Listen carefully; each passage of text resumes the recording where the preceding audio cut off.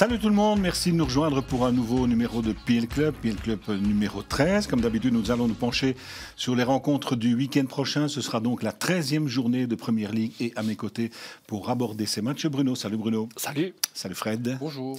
Et comme d'habitude, Christian à distance est avec nous, lui qui n'a jamais loupé la moindre émission. Salut Christian, merci de votre fidélité. Bonsoir Philippe. Bon, on est presque en décembre, on sait que c'est toujours un mois important, on file vers les fêtes de fin d'année. Moi, je suis curieux de voir ce qui va se passer durant les prochaines semaines, car on a quand même déjà été surpris de ce qui s'est passé les semaines précédentes. Bruno. Mais nous ne fêtons rien, Philippe, puisque les Anglais ne fêtent rien et qu'ils vont jouer de manière infernale. Donc, personne ne fête rien. C'est la fête du football qui continue. Moi, je trouve que c'est la fête depuis le début parce que j'ai rarement vu la Première Ligue à tel niveau, une telle uniformité de qualité de jeu, même Et de suspense aussi. Le suspense. Et puis surtout, il y a la place maintenant pour quelqu'un d'autre champion d'Angleterre. C'était verrouillé par City depuis 6 fois sur les 7 dernières années. Et là, ils deviennent une équipe normale. Et donc, tout le monde espère être champion. Enfin, tout le monde. Il y a 2-3 équipes qui peuvent espérer être championnes. On va parler des affiches dans un petit instant, mais comme d'habitude, on va partir sur quelques images de la journée précédente. D'habitude, on vous montre les plus beaux buts de la semaine passée. Eh bien, on va changer un petit peu parce que Bruno est là. On va montrer les plus beaux arrêts de gardiens. Et il y en a eu beaucoup. Il était temps. Amad Diallo's the defender. Smodic spin to lap, it must be. What a save! Ipswich Town cannot believe they've not equalised there. It's a tempting ball in, seen off by Collins. Idrissa Gana Gueye hits it. Fabulous from Flecken to keep that out as it pinballed through the crowd. Oh, fantastic save. Sharp, equal to it. It's Son thinking about it and curling it and demanding the save of Ederson. It's trademark Son, isn't it? Right foot, inside, top corner, but Ederson said no. Looking to the strike, and it's a brilliant save. It's a good stop from Henderson. Gets down so quickly, is strong to be able to hold on to the ball. The conditions are slippy as well. Here's Wissa, one-on-one, and Pickford comes out with another super stop. Oh, brilliant save.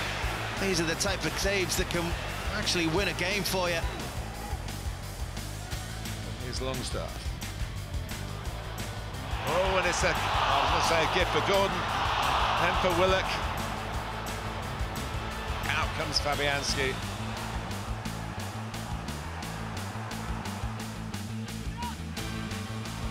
Cross, Mateta trying to get in. There's a chance again. Whoa! How did that stay out? I think actually Martinez gets a hand to that. What a brilliant save that is. That is a wonderful save. Savino and Haaland. Just serious save for Vicario to make, and it certainly won't be the last the way things have opened up here.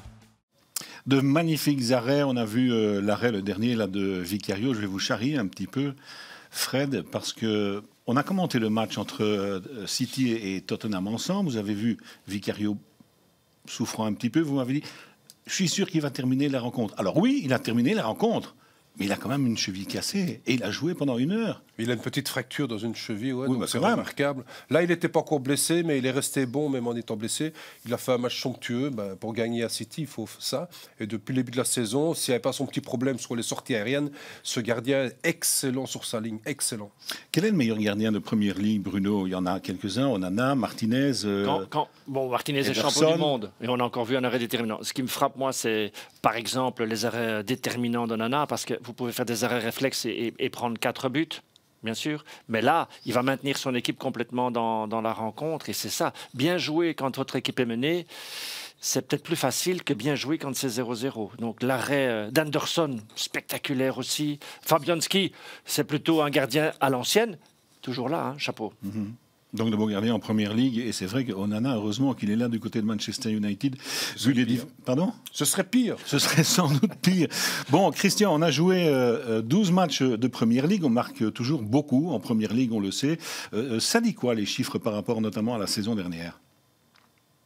On arrive pratiquement à un tiers de la compétition. C'était le moment de faire un bilan et de voir par rapport à la saison passée qui était exceptionnelle puisqu'on a marqué presque 1250 buts. On a regardé, et voilà, on est un peu en dessous, on a 25 buts de moins que la saison passée et pourtant on a quand même assisté à de belles rencontres. Mais Fred l'avait évoqué dans un autre PL Club, ceux qui ont été promus sont beaucoup plus compétitifs que ceux de la saison passée et donc il y a moins de buts marqués, mais voilà, on se rapproche de 3 buts par match, mais on est un tout petit peu moins que la saison passée. Un petit peu moins de buts, mais il y a toujours cette intensité et puis ces scénarios qui sont toujours assez improbables. Et c'est ce qui fait le spectacle aussi. Fred l'a dit dans son introduction, plus que jamais, au départ d'un match, on ne sait pas comment ça va tourner. Bien sûr, on parlera de la chute de City, enfin de la chute récente de City, mais chaque rencontre est tellement ouverte aujourd'hui. Christian, au niveau des scores enregistrés, on en est où là par rapport à la saison dernière ? Il y a certaines similitudes, j'ai l'impression. Oui, là c'est étonnant en observant, si on regarde sur l'ensemble de la saison passée, voilà, c'est la colonne de gauche, ça ce sont les 5 scores les plus fréquents, le 1-1, 2-1, 2-2, 3-1 et 1-2. Et si on observe jusqu'à présent, bien, on retrouve 4 de ces 5 chiffres avec le 1-0 qui vient s'ajouter. Donc c'est étonnant, moins de buts, mais quand même dans les modèles, de scores les plus fréquents, on retrouve exactement la même chose que la saison passée. Le pire championnat est évidemment celui où on se retrouve avec des 0-0 partout. Ce n'est pas du tout le cas en Première Ligue. 6 petits 0-0 en 12 journées, c'est-à-dire en 120 matchs. On est pas mal lotis, Fred. Quand on a de l'argent, on achète des grands joueurs qui créent des occasions et des grands buteurs qui les finissent. Et des grands défenseurs aussi, et des grands gardiens. Absolument, mais l'avantage en Première Ligue, c'est bien sûr l'avantage aux attaquants, j'ai envie de dire. Même si ce qu'on a vu avec les gardiens est assez remarquable, mais voilà, vous avez les meilleurs joueurs du monde, donc c'est normal qu'ils soient prolifiques. Allez, on passe à notre première affiche du week-end. Elle va opposer Chelsea à Aston Villa. We are the Blues.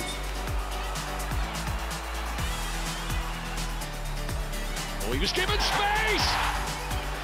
Rodgers is going to have a go, and the deflection takes it in.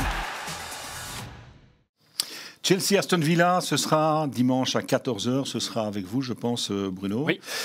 On est assez séduit, évidemment, par Chelsea et quand même un peu déçu par les Villains, Fred. En tout cas, pour l'instant. Enfin, depuis la saison de Chelsea, on voit qu'il y a quelque chose qui a changé. Il y a enfin une voix qui est écoutée par tout le monde et que tout le monde veut suivre la voix de leur entraîneur. Donc ça, c'est quand même ce qui permet d'avoir une certaine régularité, même si on va le voir, j'imagine qu'à domicile, en déplacement, c'est pas le même Chelsea. Et puis Villa, voilà, c'est un peu comme City, quoi. Voilà, il y a un entraîneur qui a tout changé, qui a mis sa griffe. Et à un moment donné, voilà, ça plafonne tout simplement. Mais comme on en a déjà parlé 12 fois dans cette émission, si tes buteurs ne marquent plus, c'est plus compliqué pour toi. Et en même temps, à l'épreuve des faits, c'est une phrase qui est chère à Christian et à Vision du jeu, 3 points les séparent. Oui. Pas 4, pas 8, 3. Mais l'impression qu'on a des deux équipes, elle est diamétralement opposée. Totalement opposée, c'est vrai. On va regarder l'infographie qui concerne Chelsea. Alors, c'est vrai qu'il y a une amélioration, mais quand on regarde les résultats, Bruno, il y a quand même encore matière à progresser. C'est mieux, mais il y a un mais. Oui, mais le mieux, c'est ça qui est important. C'est une équipe qui est en pleine reconstruction et depuis un petit moment. Évidemment, quand on voit ce 9 sur 21, on peut être inquiet. Et puis, qu'est-ce qu'on a dit sur Chelsea? C'est une équipe qui a acheté. Mais si vous regardez les 10 meilleurs temps de jeu aujourd'hui des 11 de départ, c'est des joueurs qui étaient déjà présents. Il n'y a pas de nouveaux joueurs. Il n'y a pas. Ah ben non, il y en avait déjà tellement. Ben oui, mais c'est vrai. Mais aujourd'hui, il y a une structure qui se met en place et apparemment, la sauce prend. Affaire à suivre dans le deuxième tiers de compétition, bien sûr, quand on fera le bilan. Effectivement, confirmer, Christian, au niveau du modèle de jeu, il y a de la variété dans cette équipe et dans son modèle de jeu, ce qui est quand même toujours important. Expliquez-nous.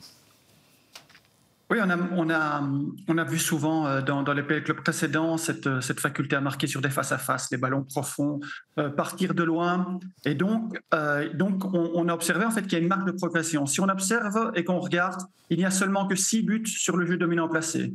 Au niveau du lieu, il n'y a que 3 buts dans le petit rectangle. Ça veut dire quand même que c'est des ballons qui viennent de loin et on part en face-à-face. Il y a seulement 3 buts sur centre. Donc là, il y a aussi une marque de progression en passant par les flancs. Il n'y a que 2 buts au cordeau, alors que c'est quand même une catégorie qui est beaucoup utilisée pour des équipes du top. Il n'y a que 2 buts de la tête, donc très peu de ballons qui viennent des flancs. Et il y a seulement 2 buts dans le dernier quart d'heure. Donc on voit en fait que malgré leur bonne performance pour le moment et malgré le fait que voilà, ça pourrait être encore mieux, il y a une grosse marge de progression parce que ce sont des catégories qui sont utilisées par les équipes du top. Et si ça commence à se remplir petit à petit, alors cette équipe peut vraiment devenir redoutable. Oui, j'ai envie de compléter en disant, et il n'y a que 2 buteurs. On enlève les 4 buts de Madueke, il y en a 3 dans le même match dans une équipe qui était fantôme. Mais si ce n'est pas Palmer, si ce n'est pas Nicolas Jackson, qui va marquer? Donc là aussi, il va falloir peut-être progresser. Oui, mais enfin... C'est déjà ça. Vous me direz, 7 buts marqués pour ces 2 joueurs-là, c'est énorme, bien sûr. Ben pour faire des résultats, il faut marquer, moins encaisser. Voilà. Ça ressemble quand même maintenant à quelque chose. Il y a de la cohérence, notamment sur ballon, où tout le monde est investi de la même façon.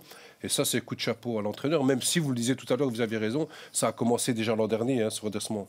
Je crois qu'ils ont 3 défaites sur les 27 derniers matchs de championnat. Donc ça veut dire que ce redressement a déjà commencé l'an dernier. Mais cet homme-ci, il a vraiment mis tout le monde à sa place. On est d'accord. Et aussi récemment, Christian, des buts marqués hors rectangle, ce qui est quand même toujours une arme, évidemment, lorsqu'on a des difficultés à trouver la faille. Oui, quand on est moins performant sur l'habituel, donc sur les centres, sur le cordeau, alors il faut, comme Manchester City pour être champion la saison passée, qui avait marqué 16 fois sur des tirs en rectangle, il faut avoir cette option de luxe. Et durant ce mois de novembre, cette option de luxe de marquer hors du rectangle, notamment grâce à cette volée, et puis on va le voir grâce au tir de Neto, contre Arsenal, mais ça leur a permis en fait d'éviter la défaite 2 fois. Donc ces petits détails exceptionnels permettent de rester dans des matchs et de pouvoir rivaliser et être compétitif. Et c'était le bienvenu pendant cette période du mois de novembre. C'est une équipe qui peut viser le top 4 jusqu'au bout? Difficile à dire à ce moment-ci. Oui, il y a de la concurrence, mais oui. Et aujourd'hui, ils sont en Conference League. Pour l'instant, ils sont en Champions League. La saison n'est pas finie, bien sûr. Aston Villa est pour l'instant en Champions League, mais ils ne sont même pas européens à ce stade-ci. Parce qu'on fait un bilan d'un tiers de compétition. Donc, l'impression est toute différente, bien sûr. Ils ont un joueur hors norme. Un joueur qui te fait gagner 10, 12 points par saison. Et maintenant, il a trouvé en plus un buteur à qui parler. Jackson n'arrête pas d'être efficace. Donc, je pense que ça peut voyager. Palmer, Jackson. Et alors, Christian, depuis quelques semaines aussi, un autre joueur qui retrouve des stats, c'est Enzo Fernandez. En effet, il avait été relégué un peu sur le banc et sur les 5 derniers matchs, il a été titulaire seulement lors du dernier match. Mais avant, il doit se contenter de 18, 20, même 38 minutes, je crois, notamment contre Liverpool. Et ce sont des joueurs, un joueur argentin. Quand on suit le championnat d'Argentine, je peux vous dire que c'est très intense. Et ces gens-là ne se laissent pas faire. Et ils veulent vite montrer qu'ils sont les patrons et qu'ils veulent récupérer leur place. Et il l'a fait directement puisque dans les 2 derniers matchs, il est 3 fois décisif avec 1 but et 2 passes décisives. Donc c'est quelqu'un qui est très important. Et et puis en plus, il était capitaine lors du dernier match. Donc c'est un joueur qui est très important, qui a remis les à l'heure. Et je crois qu'avant de le déboulonner maintenant, ça va être compliqué. Problème pour Lavia. C'est ce que j'allais dire. Bien sûr. Et il profite aussi du retour à un niveau de classe mondiale de Caicedo. Ça, ces 2-là ensemble aujourd'hui. C'est Caicedo plus un autre. Oui. Et le rôle de l'entraîneur, c'est quoi? C'est par exemple, vous avez vu la position, il est chaque fois dans le rectangle adverse, Fernandez. On l'a souvent vu 30 mètres plus bas. Là, il a son bond de sortie et ça donne ça. Donc une équipe de Chelsea qu'on continue à suivre vraiment avec attention pour voir sa progression. On parle maintenant d'Aston Villa, 4e la saison dernière. Le début de cette saison-ci a quand même été tout à fait honorable, mais là, et on va le voir avec l'infographie qui suit, depuis 1 mois à peu près, c'est beaucoup moins bien. Fred. On voit surtout, c'est au niveau, regardez, avec Emery, c'était quand même assez hermétique. Et là, je crois qu'ils ont gardé une fois leur but en championnat. sur combien de matchs, sur plus d'un mois et demi. Et la bonne nouvelle, c'est qu'hier, contre la Juve, enfin, ils n'ont pas encaissé. Ça faisait longtemps, je crois que ça faisait plus d'un mois qu'ils avaient toujours encaissé. Et c'est pas ça le football d'Emery. Donc peut-être que c'est le truc de l'espoir, mais moi je suis convaincu que cette équipe souffre du mal Ligue des Champions, quoi. Ils redécouvrent la Ligue des Champions, mais ça demande tellement d'énergie pour une équipe qui n'y est pas habituée. Demandons à Newcastle. Exactement, ils ont connu le même problème aussi. Donc voilà, je pense que c'est surtout cela qui... Voilà, il y a un nouveau rythme à gérer et surtout, les matchs de Ligue des Champions, tu peux même pas faire tourner parce que c'est la Ligue des Champions. Europa League, tu peux encore. Conference League, pas de problème. Mais Ligue des Champions, tu peux pas. Donc je pense qu'ils découvrent vraiment le très très haut niveau tous les 3 jours et ça leur fait beaucoup de tort en Première Ligue. C'est vrai. Mais on peut quand même ajouter aussi, c'est vrai, vous avez raison, 0-0 contre la Juve et c'est tout à fait honorable. Une défaite en Coupe de la Ligue contre Crystal Palace, une défaite à Bruges en Ligue des Champions, et on l'a vu sur l'infographie, sur les 7 derniers matchs, toutes compétitions confondues, 4 défaites et 3 partages. Donc il faut quand même essayer de redresser la barre. Est-ce que c'est une réponse, Christian va nous le dire, mais c'est la plus faible attaque du top 8 avec Nottingham Forest. Donc il y a peut-être un problème aussi devant, qui sait? Complètement, bah oui. On le dit toujours, on l'a déjà dit pour les autres équipes, tu déportes Watkins. Avant, tu avais Watkins qui marquait, il sortait, on faisait monter Durant, qui marquait aussi. Oui. Ça aide quand même à faire des résultats. Donc voilà, on n'arrive plus tellement à la liaison avec Watkins, qui est un joueur merveilleux, qui peut jouer dans tous les domaines. Elle a un petit peu coupé. Voilà. Je pense que c'est l'explication principale des mauvais résultats actuels de Villa. Oui, et puis Christian, il y a les phases arrêtées. Donc heureusement qu'il y a ça, puisqu'au niveau offensif c'est un petit peu compliqué. Heureusement qu'il y a ça pour de temps en temps, quand même, aller décrocher ça et là un petit point. On se souvient quand même que la saison passée, Aston Villa était pratiquement la meilleure équipe avec Arsenal sur le jeu dominant placé, sur le passage par les flancs, et notamment le départ de Diaby a fait beaucoup de mal dans ce domaine-là. Ils sont encore parvenus à le faire plusieurs fois en début de saison avec Lucas Digne qui a énormément donné de ballons. Et là maintenant, sur les derniers matchs, c'est très difficile de marquer les buts de plein jeu. Sur les 6 derniers buts marqués, il y en a 3 qui ont été marqués sur corner. Alors on sait aussi qu'ils ont un spécialiste des phases arrêtées, mais ça fait quand même du bien dans des périodes comme celle-ci, malgré que les résultats ne sont pas énormes, mais de pouvoir malgré tout être performant sur des phases arrêtées. Et c'est le rôle de la phase arrêtée, c'est qu'il faut marquer quand même maintenant un but sur 4 dans ce domaine-là, et c'est chaque fois avec Tielemans à l'assist. Donc ça, c'est très très bien pour le spectacle d'Aston Villa, et ils parviennent à limiter les dégâts grâce à ces 3 corners sur les 6 derniers buts marqués. Un petit mot sur Tielemans, on le voit, frappeur de coups de coin. Un mot sur sa saison. C'était tonitruant au départ. Il y avait une belle symbiose avec Onana. Voilà, Onana est blessé. Mais bon, ce qui compte, c'est qu'il a pris une place de titulaire de taulier. L'an dernier, la concurrence avec Camara. Heureusement, Camara s'est gravement blessé, mais il n'était pas titulaire la saison dernière, au début de saison. Au début de saison. Et puis il est revenu et voilà, ça apparemment, Emery en fait un joueur important dans son système. Et c'est vrai que c'est un joueur que beaucoup d'entraîneurs aiment avoir parce qu'il sait jouer des 2 côtés du terrain. Il est tout le temps titulaire, hein, Bruno? Oui, parce que c'est un relayeur hors pair. Relayeur ne veut pas encore dire donneur d'assist et ne veut pas encore dire buteur. Mais entre ces lignes-là, il est précieux. Mais si à côté de lui, je ne sais pas s'il jouerait aujourd'hui à Chelsea. Vous voyez, quand on parle de Caicedo et d'Enzo Fernandez, je ne sais pas s'il serait titulaire à Chelsea. Là, il l'est, ok, profitez un maximum. Au niveau défensif, Christian, ces derniers temps, c'est surtout sur des face-à-face que les Villains encaissent, ce qui, notamment par rapport à la saison dernière, est un peu étonnant. Oui, surtout avec la mise en place de Emery. Et si on reprend les 3 derniers matchs, ils ont encaissé 8 buts. Et 4 de ces 8 buts ont été encaissés sur des face-à-face avec des ballons dans le dos comme ça. Ça, c'est quelque chose dont on n'avait pas l'habitude. Alors c'est vrai qu'il a commencé aussi un peu comme tous les autres entraîneurs espagnols, et on va le voir avec Manchester City, à jouer avec cette défense qui est très haut, pratiquement à la ligne médiane, et donc c'est sujet à recevoir des ballons dans le dos de la défense et être confronté à des face-à-face. Mais sur 8 buts encaissés, le faire 4 fois dans le même domaine, ça veut dire qu'on ne corrige pas les erreurs. Et là, c'est là que ça devient inquiétant, en fait. D'autant que, Bruno, dans les face-à-face, on a un gardien champion du monde tout court, mais champion du monde des face-à-face aussi. Champion du monde des face-à-face, mais à un moment, il en a quelques-uns à affronter aussi. Mais là, pardon, hein, mais je suis subjugué par la déferlante des Reds de Liverpool. C'est trop tôt dans l'émission, je sais, mais je suis subjugué par ce rythme et cette vitesse.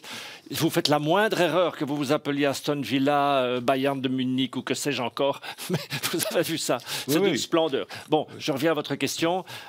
Oui, il est champion du monde. Et c'est le roi des face-à-face. Oui, et il fait des gros matchs.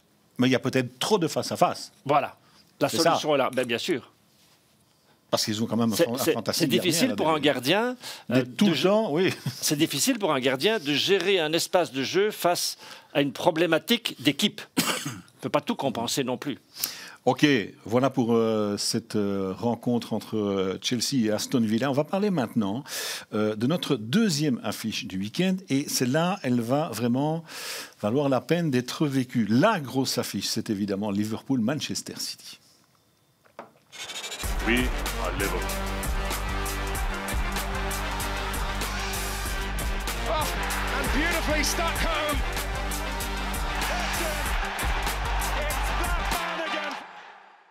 Alors, les Reds se face aux Citizens, ce sera dimanche à 17h. On fera ça ensemble, Fred.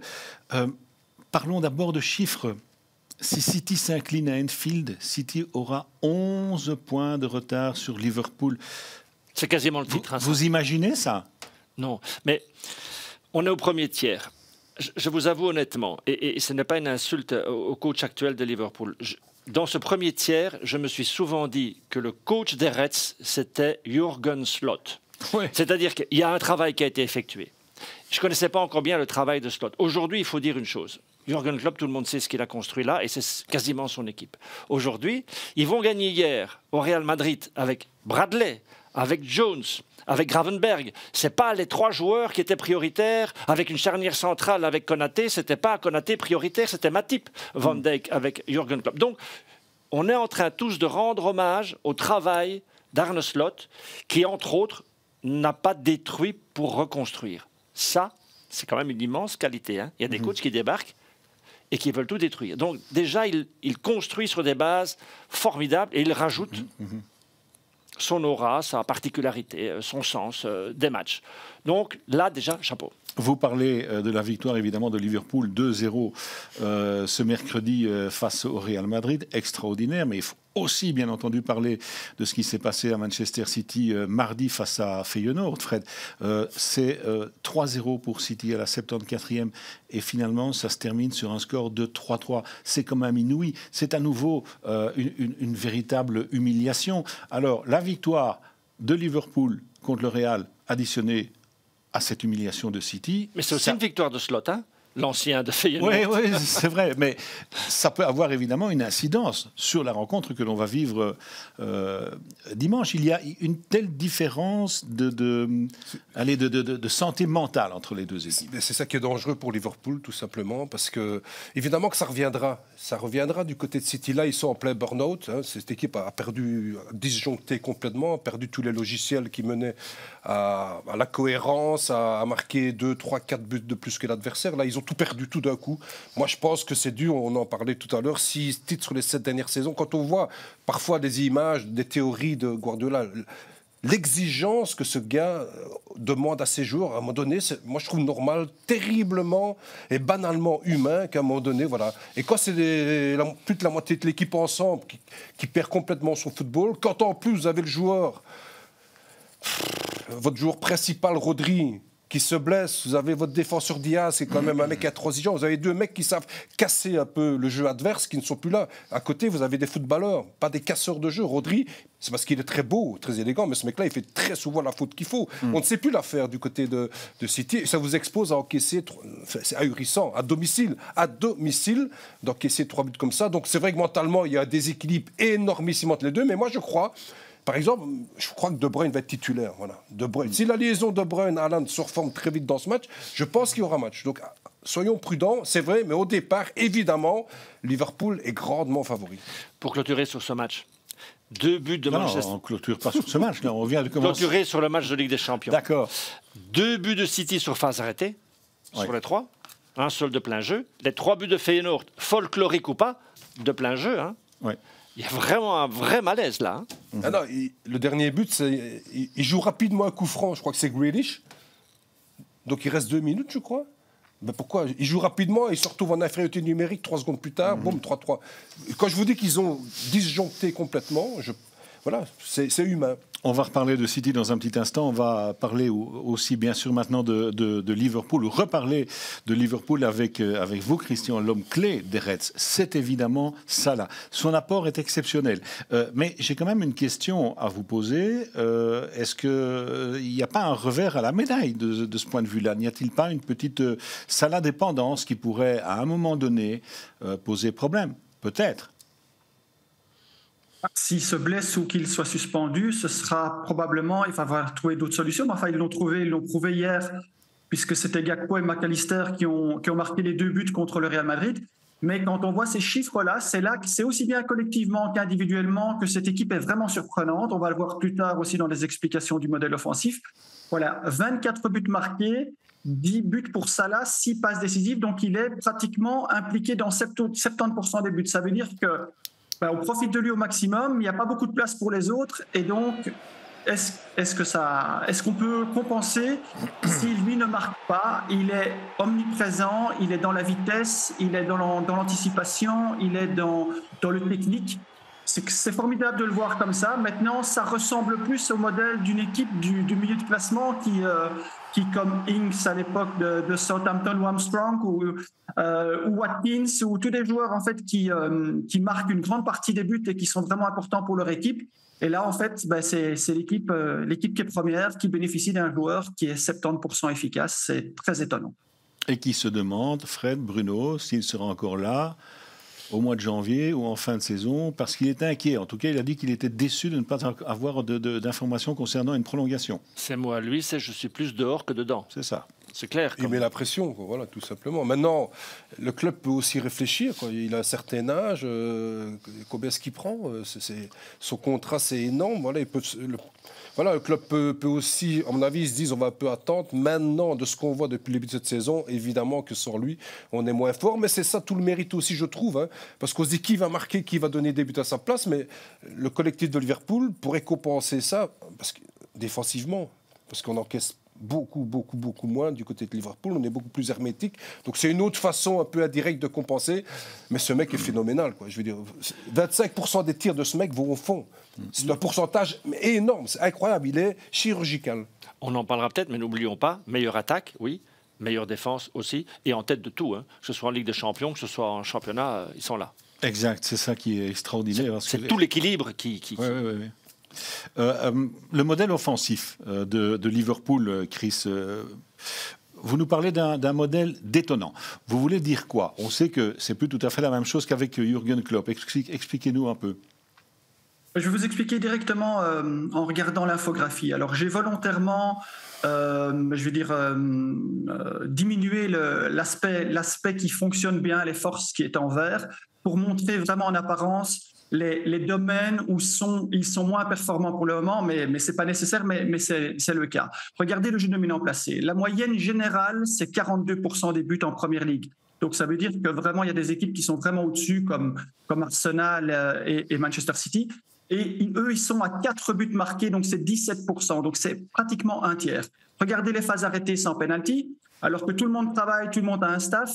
Eux, ils n'en ont pas besoin puisqu'ils ne marquent qu'une fois sur corner et on verra l'image un peu plus tard. Normalement, c'est 15% des buts qui sont marqués sur phase arrêtée sans penalty. Eux, ils sont à 0,4. Donc, en fait, ils sont complètement à l'opposé de ce que 15 années ou 16 années, depuis que j'ai créé Vision du jeu, on observe pour un champion. Et là, ça, c'est vraiment extraordinaire. Alors, ce qui est très chouette aussi, c'est de voir en fait que hier, ça a déjà été rectifié puisque le premier but est sur un jeu dominant placé avec une combinaison collective. Et puis, il y a eu un tir croisé. Et puis, le deuxième, c'est une phase arrêtée sur corner. Donc, c'est très bien de voir. Maintenant, il faut pouvoir l'appliquer dans cette première ligue. Voilà, lorsqu'il n'y aura pas la possibilité de jouer dans le jeu rapide. C'est vrai qu'ils ont marqué hier sur un coup de coin, mais... Ils ont surtout archi-dominé leur adversaire. Oui, bien entendu, mais un but sur phase arrêtée sans pénalty, ça c'est quand même Pourquoi faire? Non, pas besoin. Ils n'ont pas besoin, mais ils auront peut-être besoin de ça. Oui, bien sûr que ça leur servira de temps en temps. Voilà. Van Dijk sera là peut-être pour ces 3-4 buts saisonniers aussi. Ouais, Konaté aussi. Konaté. Ok, donc... Ce qui est marrant, c'est, excuse-moi, mais Klopp a joué 6 fois contre le Real, 6 défaites. Mais l'autre, il arrive là. Il arrive de Feyenoord. Le gentil là, boum, voilà. Une première mois, boum, 2-0, au revoir et merci. Pratiquement sans discussion en plus. Christian veut réagir. Ouais, oui, pardon. Christian veut réagir. Oui, enfin, c'est peut-être aussi la bonne période pour prendre le Real Madrid, puisque sur leurs 5 matchs, ils ont quand même 3 défaites. Une défaite à Lille, une défaite Milan et une défaite maintenant. C'est peut-être aussi une question de timing et voilà, ils en ont bien profité en tout cas. En tout cas, ce match sera très très intéressant à suivre. On verra ce qui va se passer parce que donc il y a cette équipe de Liverpool qui écrase tout sur l'eau, qui marche sur l'eau. Et alors donc, il y a cette équipe de City, 5 défaites d'affilée, toutes compétitions confondues, dont 3 en Première Ligue. Le 3-3 de mardi contre Feyenoord, on en a parlé, c'était 3-0 pour City, etc. C'est un partage qui enfonce encore un petit peu plus les Citizens, c'est une nouvelle humiliation. Christian, sur les 7 derniers matchs, toutes compétitions confondues, City a encaissé 17 buts. C'est quoi le problème? Ils viennent comment, tous ces buts? De manière très étonnante, c'est qu'avant on était habitué à ce que cette équipe prenne des buts sur des reconversions rapides, sur des transitions rapides, tellement ils jouaient haut. Et en fait, maintenant, ils prennent 10 buts sur jeu dominant placé et surtout 10 buts sur centre. Alors regardez, j'ai été voir un peu dans la base de données le nombre de buts encaissés sur l'ensemble d'une saison suite à un centre. En 21-22, c'était 4, c'est pratiquement jamais. 6 la saison suivante, 11, ça augmente un peu, mais là, après 12 journées, on est déjà à 10 buts encaissés sur centre, dont 8 ou 9 sur du jeu dominant placé. Là, c'est une implosion au niveau de la mise en place. C'est quelque chose qu'on n'a pas vu depuis longtemps. Et là, on a repris les 3 images dans 3 matchs différents. Regardez toujours la même chose, un bloc équipe est très haut.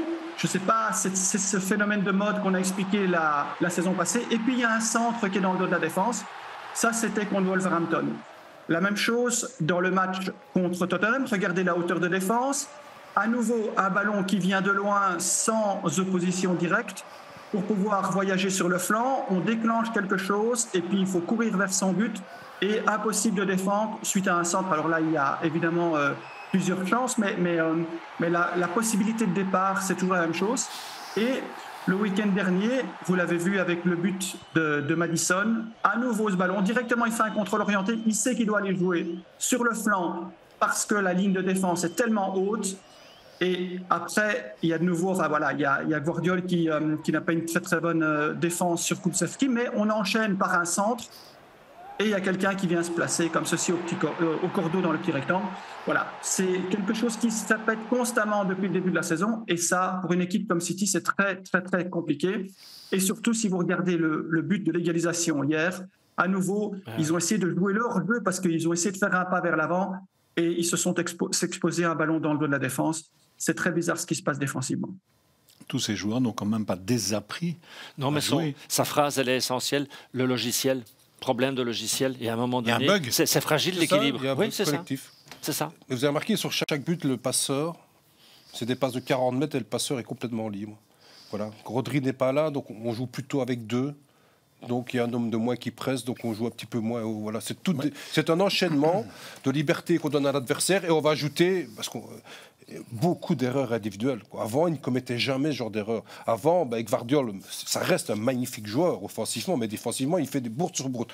Oui, mais il ne le pas avant. Voilà, ben voilà. Non, mais donc, pourquoi? Si l'erreur n'est pas liée à un logiciel sportif, c'est quelque chose d'humain à l'intérieur du vestiaire, et là, on ne sera pas au courant. Mais il s'est passé quelque chose, que ce soit une rupture dans un câble technique, tactique, ou alors il y a quelque chose d'humain, et ça a dissocié le groupe. Et ce qui est fou, c'est que l'entraîneur a essayé d'un petit peu stopper ça au niveau psychologique en disant je re-signe 1 an plus 1 an. Et ça n'a absolument rien changé. Ah non, pas du tout, au contraire. Et encore, ils ont pris 7 buts en 2 matchs. Guardiola s'arrache la peau aujourd'hui. Oui, non, mais moi je crois que c'est pas anodin. Non. Non, c'est révélateur, ça c'est vrai. Oui, je pense, c'est pas un hasard. Quoi. Bon, on verra bien si, comme vous le dites, si De Bruyne est aligné. On a vu quand même lorsqu'il est monté, c'est pas parce qu'il est belge. Hier, oui, c'est ça. Moi je crois qu'on l'a gardé. Oui, comme Walker. Mais contre Tottenham, il est monté, il y a petite amélioration. Oui. Ici, il fait 3 changements à 3-0. Hein. Ah oui, il a fait 3 changements, dont De Bruyne, mais à 3-0. C'est 3-3 score final. Oui. Donc ça Faut-il incriminer Guardiola là-dessus? Non. Ben non, je pense pas non plus. Mais 3 changements à 3-0. Il y a des périodes où rien ne tourne. Hein, et pour l'instant, pour Guardiola, il n'y a plus rien qui tourne. Christian, mentalement, je veux dire, les Citizens se mettent aussi quand même souvent eux-mêmes en difficulté dans la mesure où ils encaissent très souvent, très tôt, beaucoup trop tôt dans les rencontres. Oui, c'est étonnant. Ça fait 9 buts encaissés dans la première demi-heure, 5 dans le premier quart d'heure et 4 avant la 10e minute. C'est aussi quelque chose où on avait l'habitude de justement les voir, eux, presser très haut et mettre directement l'adversaire hors de portée dès le début. Et là, maintenant, c'est eux qui...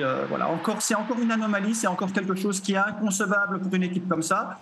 Et donc, c'est aussi la beauté de cette première ligue. Le football, c'est aussi, Fred le disait dans le direct, c'est pas toujours des statistiques, c'est quand même des émotions, c'est quand même du divertissement. Et là, cette saison, il y a plusieurs équipes qui sont capables de rivaliser pour le titre. Il y a beaucoup d'anomalies dans ce qu'on voit en termes de jeu, en termes de différence dans le but dominant placé, dans l'utilisation des phases arrêtées. Il y a beaucoup de transitions. Il y a un petit moins maintenant ces dernières semaines des mauvaises sorties de balles. Mais on assiste à plein de choses qu'on n'avait pas vues lors de ces dernières saisons. Et voilà, c'est très bien pour le spectacle et ça permet d'avoir une diversité. Tous les empires connaissent le déclin. Sinon, notre Premier ministre, on l'appellerait encore César. non, mais mon fils est né en 2012. Il ne sait pas qu'en 98, Manchester City était en D3.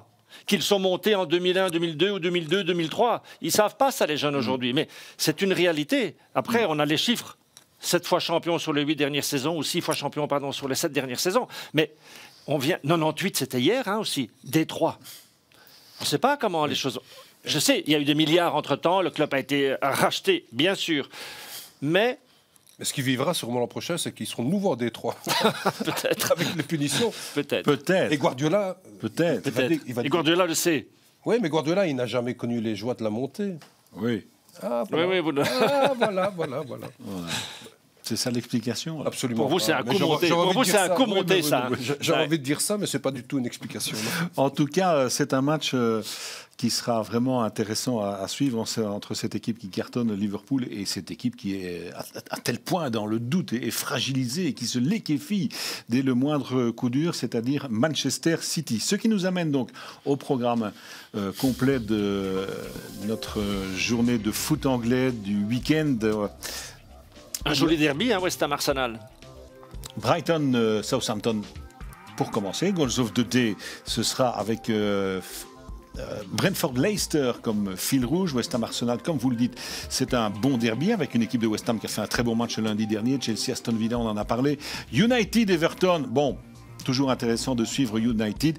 Et puis Liverpool face à Manchester City que nous commenterons, Fred et moi, avec beaucoup de plaisir. Et avec Christian, j'imagine, qui sera là avec l'application Discord. Sur ce match-là ou sur ce match-là et un autre match, Chris?